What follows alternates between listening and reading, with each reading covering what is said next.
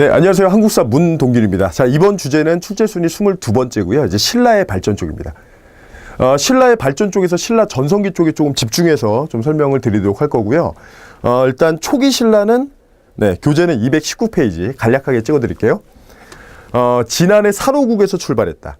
경주 지역의 토착민에다가 유이민까지. 그 다음에 내무랑이나 왕이 있는데 별표 치시고요. 이 사람이 기틀이에요. 그래서 두 가지 업적이 있는데 김씨 단독 산속이 시작됐다. 원래는 박석김이 돌아가면서 했었는데, 자, 그 다음에 마립간, 대군장의 뜻인 마립간을 처음 썼다는 거. 그리고 광개토의 부대가 도와준 사건이 있습니다. 그게 400년의 사건이고요. 400년의 사건은 증거가 오른쪽에 있는 그림처럼 호명 그릇이 있다. 요거까지 같이 보시면 돼요. 자, 그 다음에 넘어가시면 220페이지에 왕들 쭉 나와 있는데, 지금 보시면은 221쪽에 진흥왕을 제가 조금 자세하게 좀 기록을 해놨죠. 진흥왕이 메인입니다. 자, 그래서 내무랑 있고, 그 다음에 눌지왕은 비유왕과 나제동맹, 소지왕은 결혼동맹, 여기까지 보시고요. 지증왕, 법흥왕, 진흥왕, 세 명을 별표를 치고요. 이들을 볼게요. 자, 6세기 들어가면 신라 전성기 턴이고요. 지증왕, 그 다음에 법흥왕, 그 다음에 진흥왕, 세 명은 전부 다 단독 문제 출제가 가능해요. 근데 진흥왕이 진짜 메인이죠. 그래서 지증왕부터 보면요. 지증왕의 경우에는 원래는 우산국 점령이 있던데 이것 때문에 이제 업적이 조금 늘어난 왕이고요. 그래서 교재 보시면은 나와 있는 게 지증왕. 사로에서 나라 이름을 바꿨다. 신라로.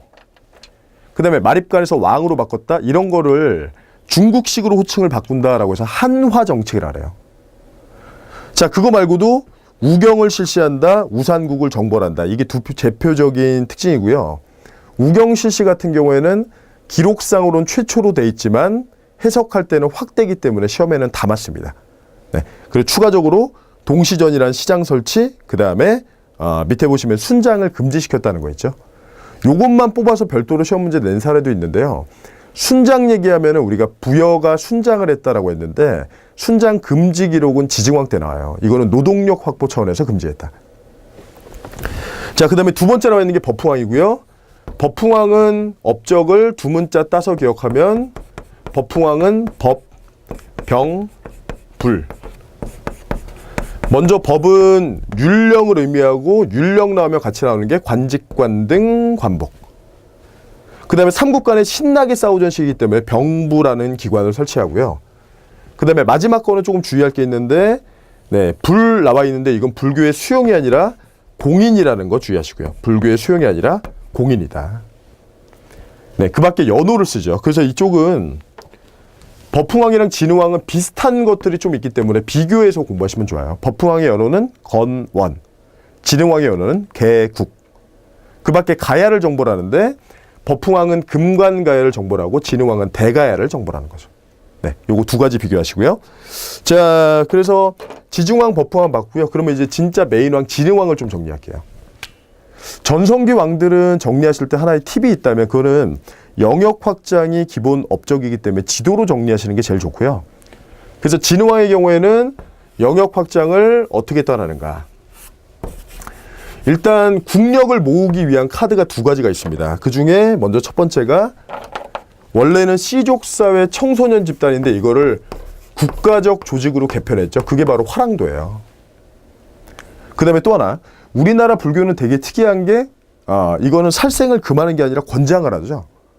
그래서 우리나라 불교의 특징이기도 한데 호국불교고요. 그 호국불교를 보여주는 진흥왕 때 대표 사찰이 황룡사입니다. 황룡사, 기타 흥륜사. 황룡사의 경우에는 제가 여기 파란색으로 좀 체크를 할 텐데 황룡사는 진흥왕인데 나중에 여기 9층 목탑을 세우게 되는 시점은 신라 최초의 여왕인 선덕여왕 때라는 것도 함께 기억하셔야 돼요. 그리고 관련된 인물이 선덕여왕, 관련된 스님이 이제 짜장이라는 분이 계시다. 요거까지 같이 기억하시고요. 자, 그러면 화랑도랑 황룡사를 바탕으로 국력을 모아서 영역 확장을 떠날 텐데요. 영역을 확장하면 비석을 세울 거예요. 그 비석이 진흥왕 때는 총 5개예요. 근데 앞으로 5개라고 하지 마시고 나눠서 이 비석을 그냥 5개가 아니라 1+4라고 기억을 하시고요. 1+4. 네. 왜 이렇게 나왔냐면요. 일단 진흥왕은 백제 영웅이었던 성왕이랑 동맹 상태예요. 그래서 같이 치고 올라가서 고구려를 공격을 해요. 그래서 백제는 한강 하류, 신라는 한강, 남한강 상류. 그래서 먼저 첫 번째 세우는 이 비석, 네, 요 비석이 1번 비석인데요. 이 비석이 단양 적성비라는 비석이에요. 자, 근데 곧 진흥왕이 뭘 하냐면 성왕을 배신을 하죠. 그런 다음에 한강 하류를 진출해요. 자, 그런 다음에 세운 비석의 이름이 뭐냐면 요게 바로 북한산비예요. 북한산 비봉에 원래 있던 건데 지금 현재 그 원본은 그 용산의 국립중앙박물관으로 옮겨놨습니다. 자, 그 다음에 두 번째 해당되는 게 바로 여기 가야 지역을 공격한 다음에 창녕비를 세우고요. 요게 뭐 561, 562 들어가는데 뭐 구분하는 문제는 아직 나온 적이 없는데 창녕비 세우고 그 다음에 이어서 대가야를 정복한다라는 게 진흥왕이에요. 네, 그 다음에 마지막에 세 번째는요. 치고 올라가서 함경도 지역 진출해서 비석 2개를 세운다. 여기가 3번이고요. 네, 그래서 세우는 비석이 황초령비랑 마운영비가 있습니다. 이렇게 두 가지. 그래서 북한산비, 그 다음에 창녕비, 황초령비, 마운영비 이렇게 나뉘어요. 네, 그래서 1+4라고 제가 나눴는데 나눈 이유는요. 앞에 있는 단양적성비 아직 동맹 상태일 때, 근데 뒤에 있는 4개 비석은 동맹을 깬 상태고요. 그 4개 비석은 또 이렇게도 불러요. 순수비라고도 불러요. 순수비. 이 순수비라는 것은 뭐냐면요. 왕이 직접 자기가 늘린 영토를 직접 굽어본 다음에 순행했다라는 얘기예요. 그러니까 대부분 다 높은 데 있어요. 높은 데. 그러니까 높은 산에 올라가서 내 영토를 굽어본 다음에 비석 세워. 그런 다음에 가는 거죠. 그렇죠? 그래서 정리하시면은 진흥왕은 화랑도 황룡사를 바탕으로 국력을 모아서 비석을 몇 개 세웠다? 1+4. 앞에 있는 1은 단양적성비, 그 다음에 진출 방향 주의하시고요. 진출 방향. 됐죠? 그리고 이 1번이 의미하는 바가 동맹이 깨졌다는 거죠. 동맹을 깨면서 한강 하류 진출하면서 얻게 되는 이점은요. 지금 경기도 화성에 해당되는 게 당항성이란데요. 이 당항성을 통해서 신라 최대 컴플렉스가 뭐냐면 창문이 없다는 거였거든요. 근데 이 창문을 통해서 중국과 직접 교역하게 된다. 이게 가장 큰 장점이 되겠습니다. 네, 그래서 이렇게 해서 진흥왕 관련된 업적 쭉 얘기 드렸고요. 네, 그리고 진흥왕 때 비석 요거 잊지 마시고요. 자, 그러면 대표 문제를 하나 보면서 내용 정리를 한번 해보도록 하겠습니다. 자, 그래서 내용 정리 보시면은 1번 문제를 제가 잡았는데요. 1번 문제. 출처는 올해 16년 사회복지직 9급 문제고요. 네, 내용 보도록 할게요. 자, 밑줄 친 국왕에 대한 설명으로 옳은 것은, 자, 국왕은 병부를 설치했다. 병부. 그 다음에 연호를 썼네요. 건원. 자, 법풍왕의 연호가 건원. 그리고 병부 설치. 맞죠? 그 다음에 추가적으로 영토확장에 힘을 기울여서 어디를 정복했다? 금관가야를 정복했다. 비교를 하자면은 법풍왕은 연호가 건원이면 진흥왕은 개국, 대창, 홍제라는 게 있고요. 이쪽이 금관가야를 정복했으면 이쪽은 어느 가야를 정복시켰다? 대가야를 정복했다라는 거. 그래서 비슷한 느낌이기 때문에 비교해서 보시라는 거예요, 둘을. 자, 그러면 법풍왕이라는 게 밝혀졌으면은 관련된 지문을 보시면요. 1번. 짜장의 권유로 황룡사 9층탑을 건립했다라고 하는데 나누셔야죠. 황룡사가 건립된 거는 이건 진흥왕이고요. 진흥왕.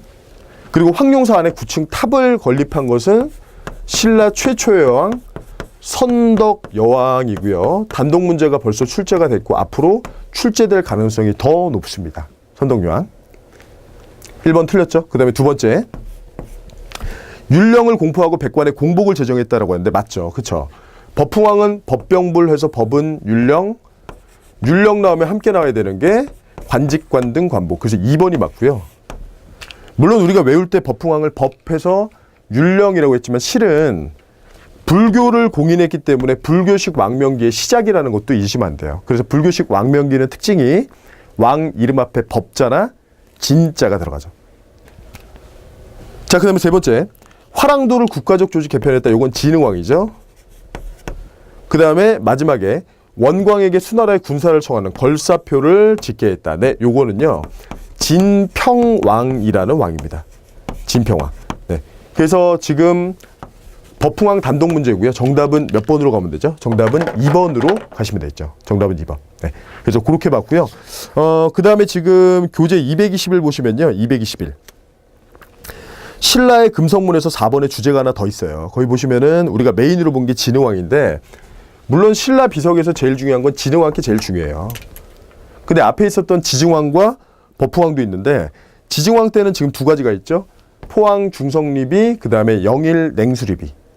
그 중에 최고 비석은 중성리비로 알려져 있고요.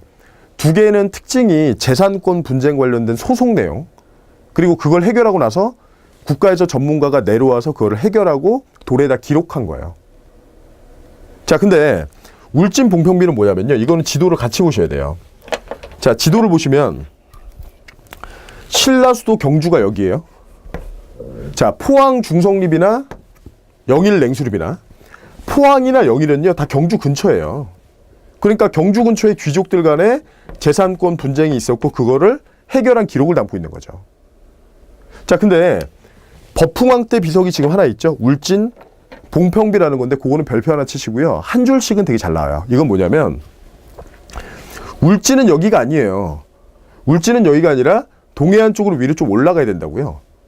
그래서 신라가 영역 확장을 했는데 그 지역에서 반란이 있었던 거예요.